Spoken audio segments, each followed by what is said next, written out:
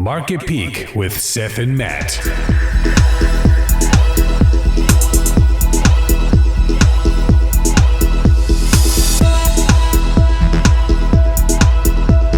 So yeah, this is Seth and Matt with Market Peak, P-E-E-K, and this is Friday, March 19th, 2021. Matt, how's it going out there? What's up, everyone? Rocking and rolling. So please, before we get started, hit the subscribe button over there, down here somewhere. Same thing with the like button. We got a lot to cover today. We're going to be talking about meme stocks holding firm. GME and AMC have finished at very interesting numbers for the expiration day, that's for sure. Shrimp is being shorted like around 50%. What is going on with that? Should not be happening. Blue Sphere. Terrible idea. Terrible idea. Is Blue Sphere a buy? And of course, Matt's going to have his three charts. And of course, we're going to make our predictions. Once again, we say it every show. We got to do it. We are not financial advisors. Do your own D squared. Consult your professionals. Do your research. Just two guys talking about stocks over here. Please leave comments with your thoughts, stuff like that. And please, we get a lot of people, a lot of our views that we get from sharing. Once again, we are a new show. We're only like a month and a half old, so it really does help. We do appreciate that. So as far as the moves we made, you can see I got hit pretty hard today. And a lot of them is just the calls I have in the tech sector. Watt, you got a $4.50 call, $7.50 call, $5.50 call, all expiring next month. So there's plenty of time for that. FuelCell, $22.50, and a Palantir $31 call, all expiring next month as well. I'm not worried. AMC, been holding on to that since around like $11.50. Completely cool with that. And yes, once again, holding the Ethereum, but haven't done anything. Just kind of, just wait for something to happen over there. So on Sunday for our options attack series, we're going to be talking about some options plays that you might want to look into, and the VIX has to do with a couple of them as well. So definitely something to look into. It's going to be pretty cool. Like I've been learning a little bit following. I actually made a put on the VIX, on the VXX, not that long ago. So looking real quick into swaggy stocks as well. As you can see, GME is in the lead. Imagine that. Tesla has taken the second spot. The sentiment isn't the greatest. It's about looking around 33%, maybe like 30% negative. AMC is in third, Apple, and then Palantir. But Apple, it looks like they're going to be pushing off. They're expected to do something on the 23rd, some sort of reveal. It looks like they're pushing that off till April. So people are kind of upset about it. I think that's why there's a little bit more talk about it. And then we have Palantir rounding up the top five, just sitting comfortably in fifth. So hopefully Palantir does something. I think it's going to continue to kind of round out that broad shoulder. Okay, sure. And then after maybe a couple of weeks, head higher. Okay. So I'm anticipating. Couple weeks works. Absolutely. I have until the 23rd of April, so a couple weeks works just fine for me. That's for sure. All right. So in case you missed it, we got to give credit where credit is due. So WallStreetBets, they've basically adopted over 3,500 gorillas in 6 days, which is amazing. It's just, we've all read the stories and heard the stories and seen the stories of different things. I know at one point they bought a bunch of crowns for school. And then people were, there's, these schools needed crowns. A lot of times with these teachers, especially in kindergarten, they get stuck paying for a lot of the materials. The school supplies. Yeah, dude, which is just, I don't know. It's the whole. I only laugh because they're doing it ironically. Sure. In like a self-deprecating way, but sure, obviously they're helping people and they're doing a good thing. 100%. I mean, honestly, it's helping, but also in all good fun, So I agree with you 100% there. But it's just cool, and she's, she said it's right here. Truly made a difference for our world. That's President Dr. Tara Stoinski. And Stoinski, that is, and it's thanked the Reddit community for the adoption. So it's pretty cool, man. That's all right. That's pretty cool. So all right, so moving in. So shrimp.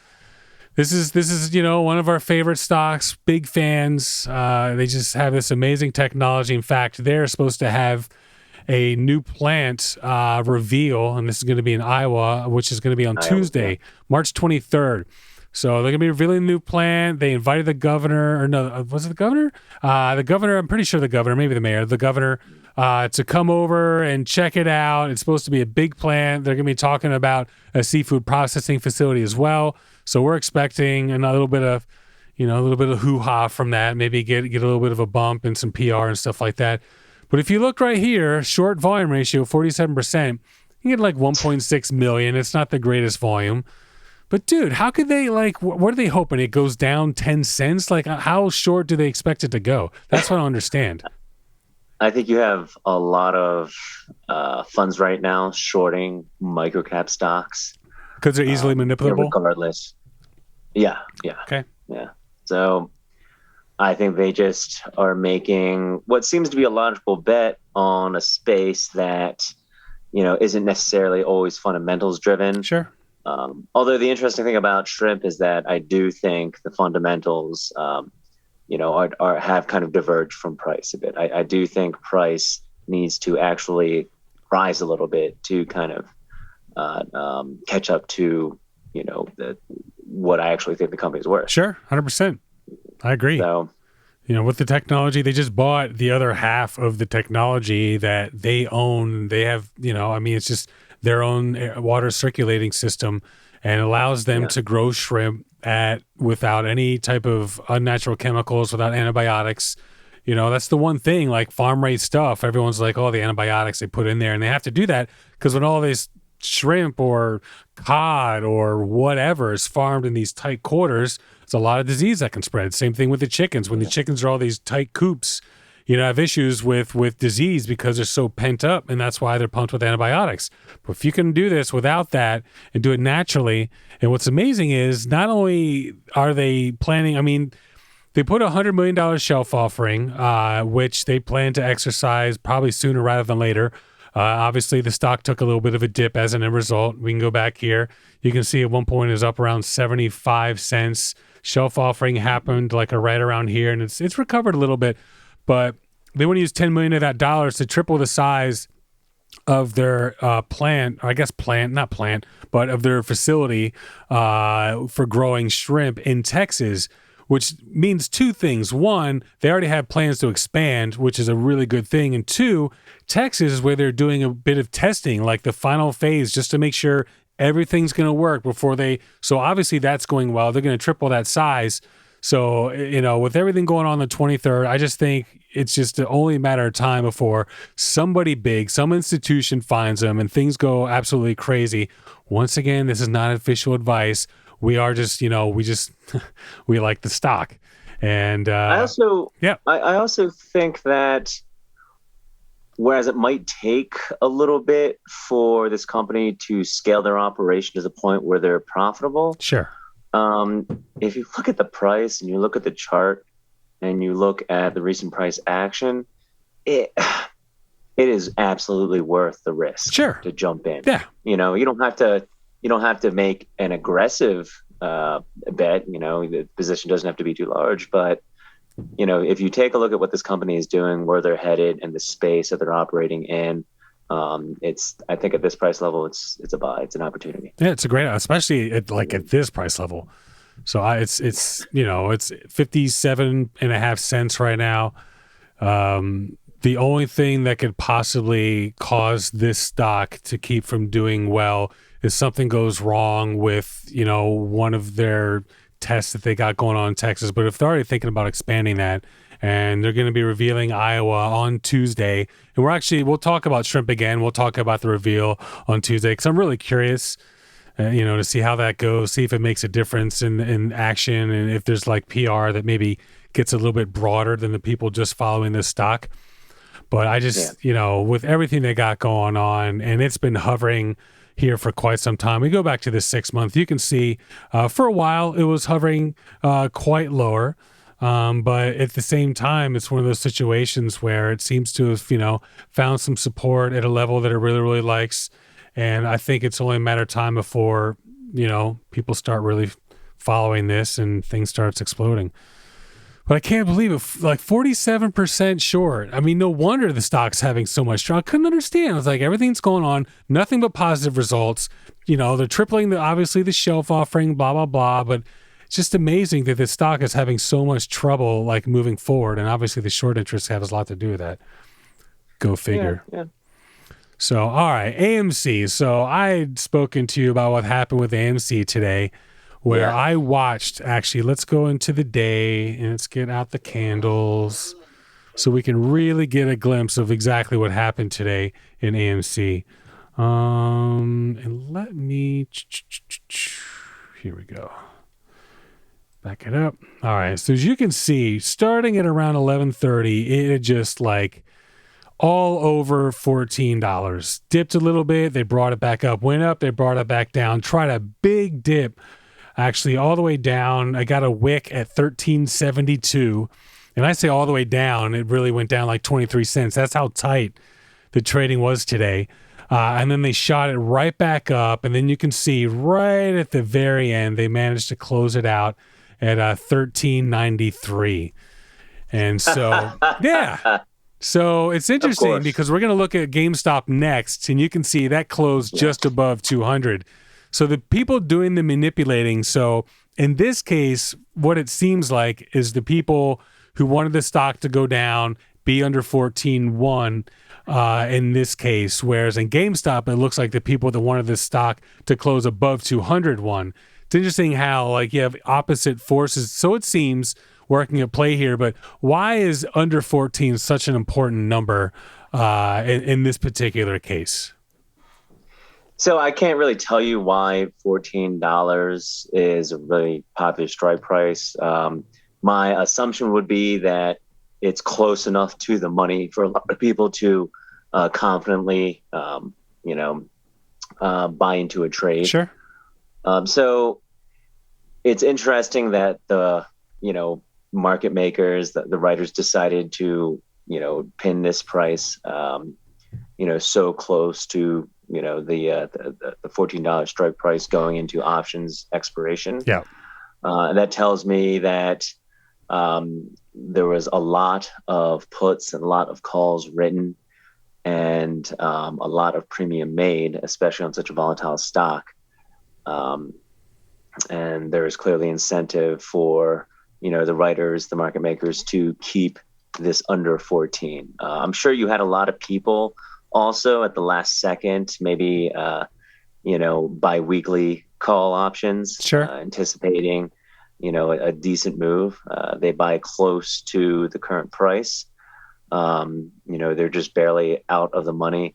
And, psychologically speaking, most traders would feel comfortable with that. Sure. Would feel comfortable not exercising too, which is important. Yep.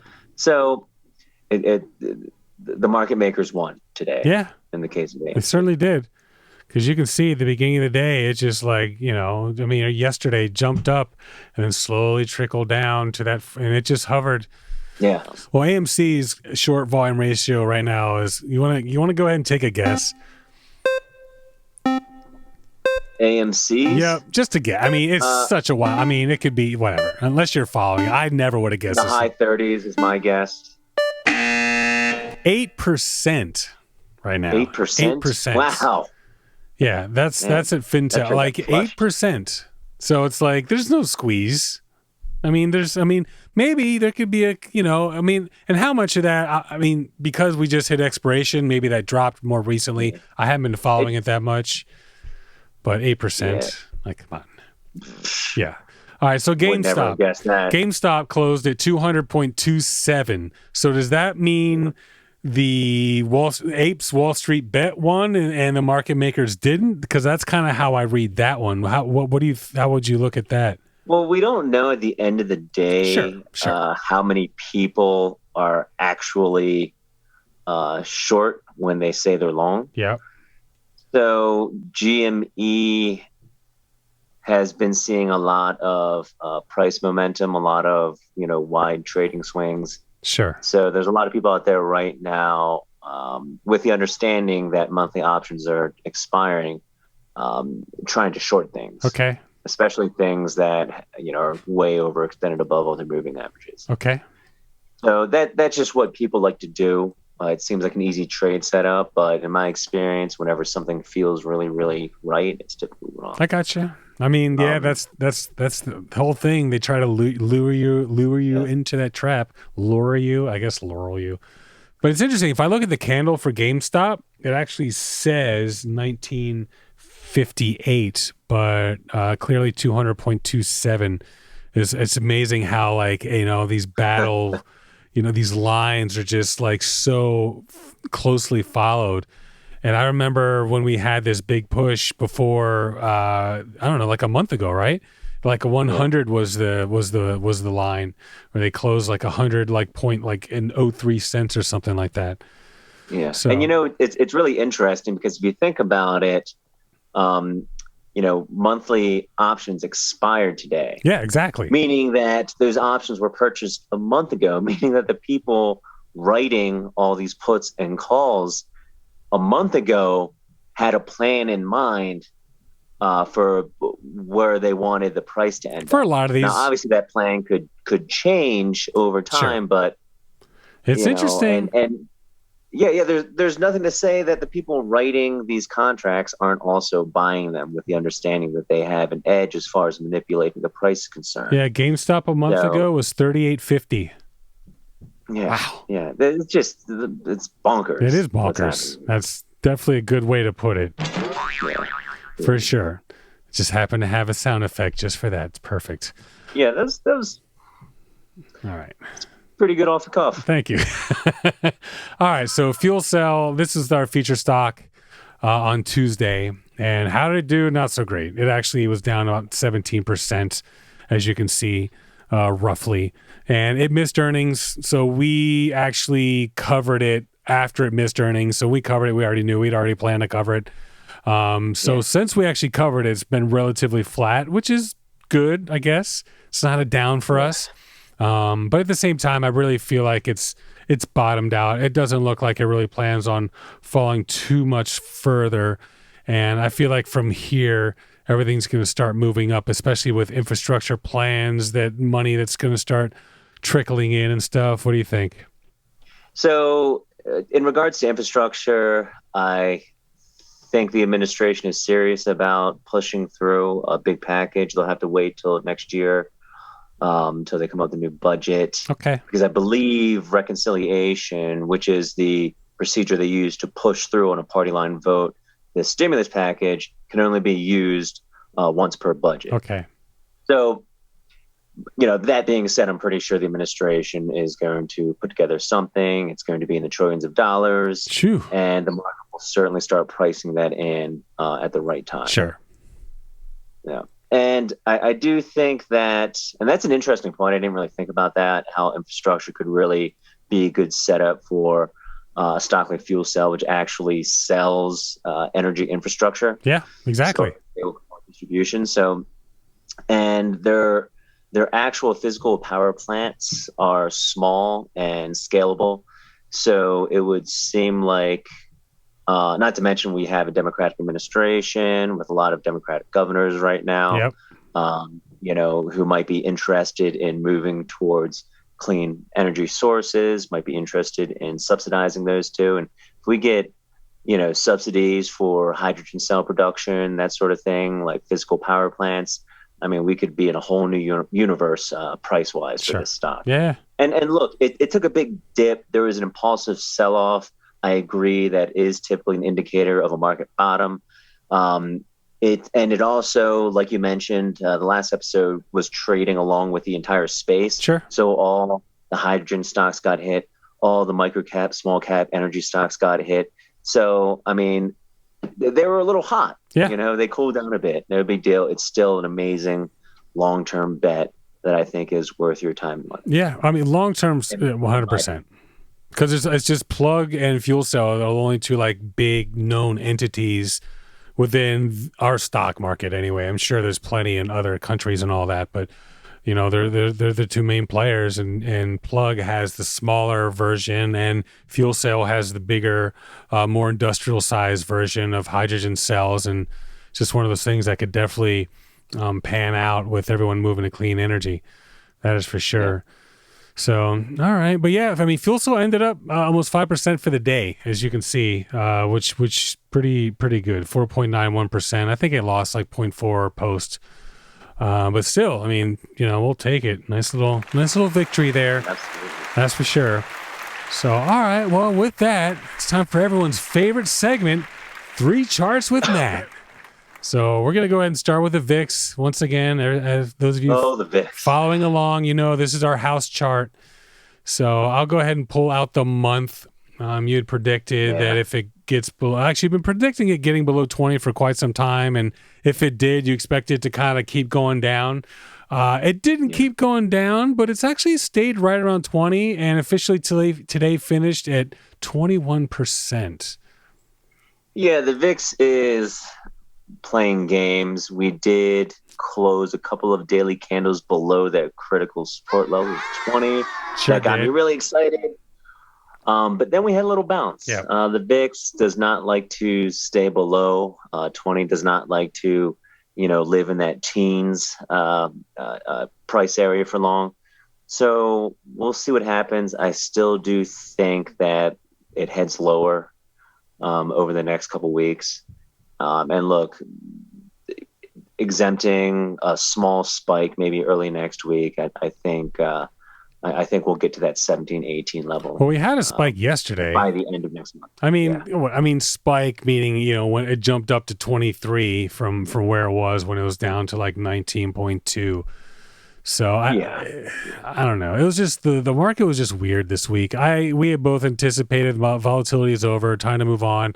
Everyone loved that they said no interest rates until 2023 rises, but then like the unemployment numbers came out and everyone was like, so it's like, and then today and look, the 10-year keeps backing off. The market is trying to rotate into energy stocks, into banks, while at the same time price in the danger that higher interest rates on treasuries on the long end of the curve, what that does to your technology stock discounts. Sure. Right? You have that borrowing rate discount.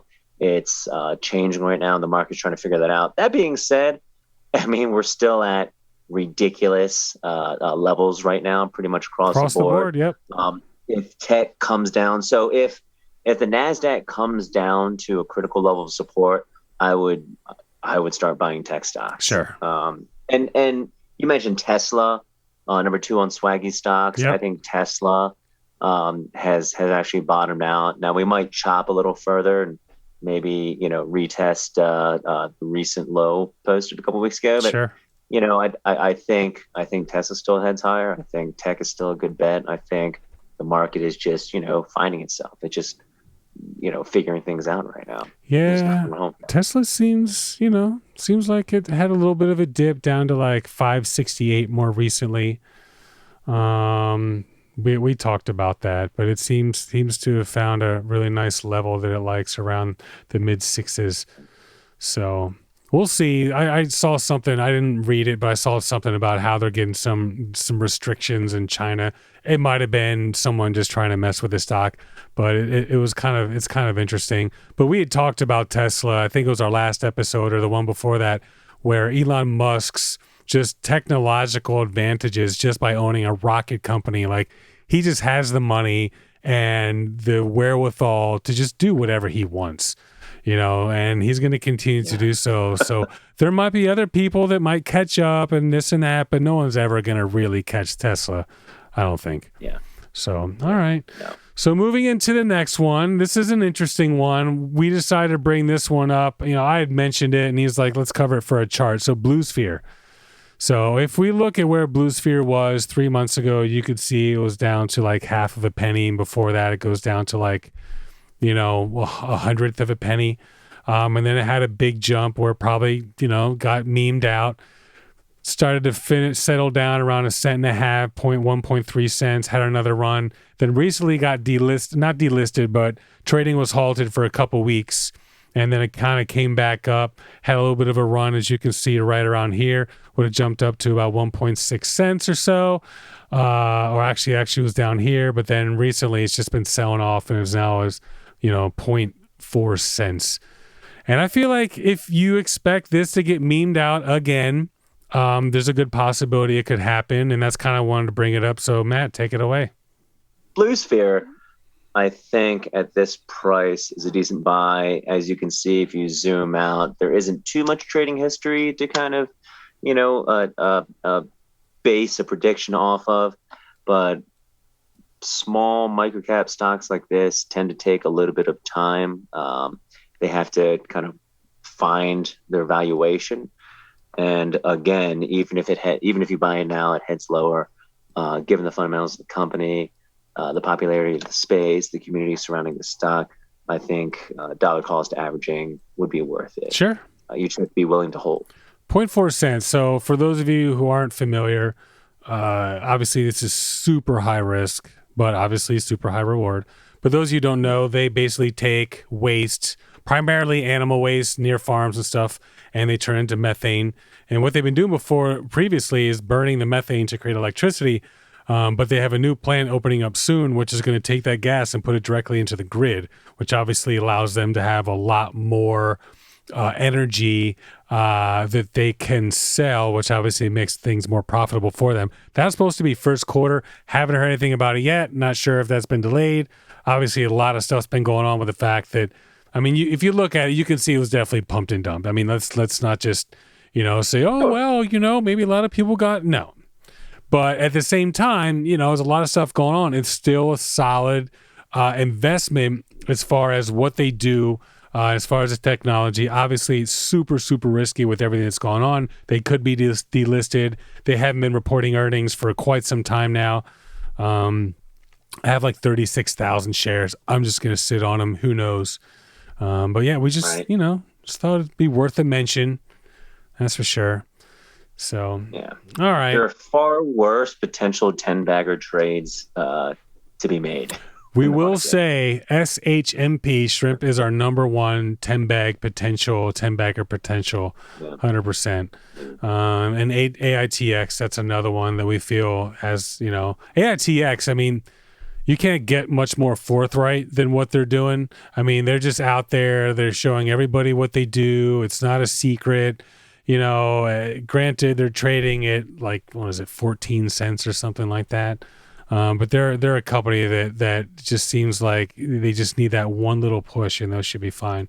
All right, and last one, TLT. What you got? Okay, so 134.75. Yep, and it looks like it's going to head lower. This is going to have a bit of a correlation to the 10-year Treasury yield, obviously. This is going to be, although it's underlying is a little longer duration, but I think as rates continue to back off, as the market starts to price in higher inflation, as a part of this reopening narrative, I do think that TLT, which is the big 20-year Treasury ETF, keeps heading lower. I honestly think at this point it finds support at maybe that 120 level, which means rates, I think, have a lot more room to continue backing off. Okay. I'm thinking maybe that 2.25 level for the 10-year yield is where the market might pivot, sentiment-wise. Sure. So we'll see. Other people are talking 3% before people start getting worried. But look, at the end of the day, the stock market is still the place to be. It's where you're going to get your yield, and I don't see that changing too dramatically. And although there will be opportunists out there trying to convince you one way or the other whether or not 10-year backing off so dramatically is a problem. But at the end of the day, the trend is your friend. The stock market's up. Stick with the trade. And regardless of what happens with the 10-year, the 20-year, whatever, if you find good stocks in the stock market, obviously, you're still going to do a lot better than you will with any of these. So these are obviously the safer route. But right now, the interest rate's still kind of not worth it. That's for sure. All right. I mean, is this something you would ever like short or get a call on or anything like that? I am probably going to put on a trade. I had actually purchased call options on the TLT about a month ago, anticipating a little bounce off support. I had to sell those at a loss. The trade didn't really work out in my favor. The dollar continued going lower. Sure. And yields continued to back off. So I do think at one point we do have a balance. I do think yields head lower, which would probably correspond to some sort of stock market correction. But what I've learned over the years is to not buck the trend. Yeah. The stock market's heading higher. If yields are backing off, it's let that play out. Yeah. And when it's decided to start going up and it's going up on its own, maybe then it'd be a good time for a call. But if you're expecting to hit maybe around 120, probably not worth it to put a put on this, right? It's probably a little too late for that. If it gets to 120, no, I mean do it now very low IB. In anticipation. I see. So if you want to take on some risk, IV is relatively low on the downside as it is on the upside too. Sure. Lower on the upside. More people think it's going to go down, but it might be worth it. The TLT doesn't move very dramatically historically, although it does look like it's in a free fall right now. I mean, sort of, kind of. It went from 144 down to 134 in a month, so not really. I mean, maybe 7%, something like that. Yeah. So I think once it hits that 120 level or it gets close to it, calls would be appropriate. Sure. All right. So I guess rock on with that. So I guess with our predictions, so Monday, we usually get our predictions on our Sunday show. We'll get some predictions for Monday and stuff like that. But either way, so what are you predicting for next week, just overall market wide? So next week's a tough one. Normally the week after monthly options expire, you normally get some sort of bounce in the VIX. Yep.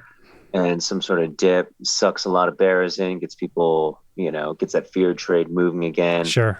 And then the market makers trade against that. Sure. Given we had a little bit of a VIX spike earlier than I had anticipated in the week, I kind of think that the VIX kind of stays range bound between this, 19.5 and, 20 to 21 level. Sure. Before making a move. I think the move it makes later next month is going to be to the downside. But the VIX is trying to find itself right now. It's trying to test out to see how well it likes living below that 20 level. Hopefully it gets very comfortable, Yeah, and another thing you have to think about is a lot of contract writers, a lot of options writers benefit from higher than usual levels of volatility. So there's incentive for some people to keep the market high, but the VIX above that 20 level. Because once the VIX starts plummeting, once it gets below that 18 level, there's really nothing but air all the way down to around 14 and a half. Sure. And from there, you're talking about 11, 10, lower than that. So then you're not getting as much premium for the contracts that you write. Sure, because there's not enough space. Yeah, exactly. I gotcha. So there's a lot of moving parts to this story. Overall, I think the market keeps heading higher this year, and the VIX keeps heading lower. Next week, I'm waiting. So it sounds like you're expecting somewhat of a flat-ish week next week. So, which is okay. I kind of am. Okay. I kind of am. All right, I'm with you on that. Well, hopefully you're wrong. But either way, I'll take flat over down. So that's completely fine with me, knowing that you're what you're saying about them want to drop the market so they can get the bears in. It's going to happen sooner or later. So if we got to rip the Band-Aid off, let it be next week, folks. So, all right. Well, that's pretty much it. Any last minute thoughts?